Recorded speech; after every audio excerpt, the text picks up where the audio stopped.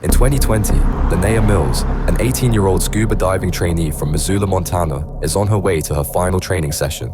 Upon completion, she would receive her advanced open water diver certification, her first major step toward fulfilling her dream of becoming a marine biologist. After a 3-hour drive, Linnea arrives at Lake McDonald, a site known not only for its crystal clear waters, but also its frigid temperatures due to constant glacier runoff. For this reason, her instructor Debbie Snow had recommended she obtain a dry suit just days earlier. Since Linnea lacked the specialized training required to rent one from the dive school, staff helped her purchase a second-hand one from a private seller. Despite it now being 4 p.m. and daylight fading fast, the group of divers begin gearing up.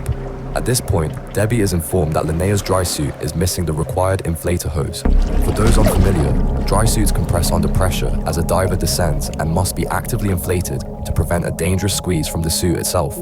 Although the inflator hose is a critical component, Debbie dismisses the concern, insisting Linnea use the suit like a standard wetsuit, relying solely on a BCD provided to her for buoyancy control. Trusting that her instructor knows best, Linnea complies.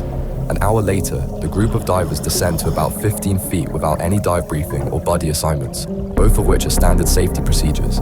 Less than 10 minutes into the dive, one diver signals to surface due to being cold. Without hesitation, Debbie escorts them back up, leaving Linnea and another trainee, Bob Gentry, alone underwater.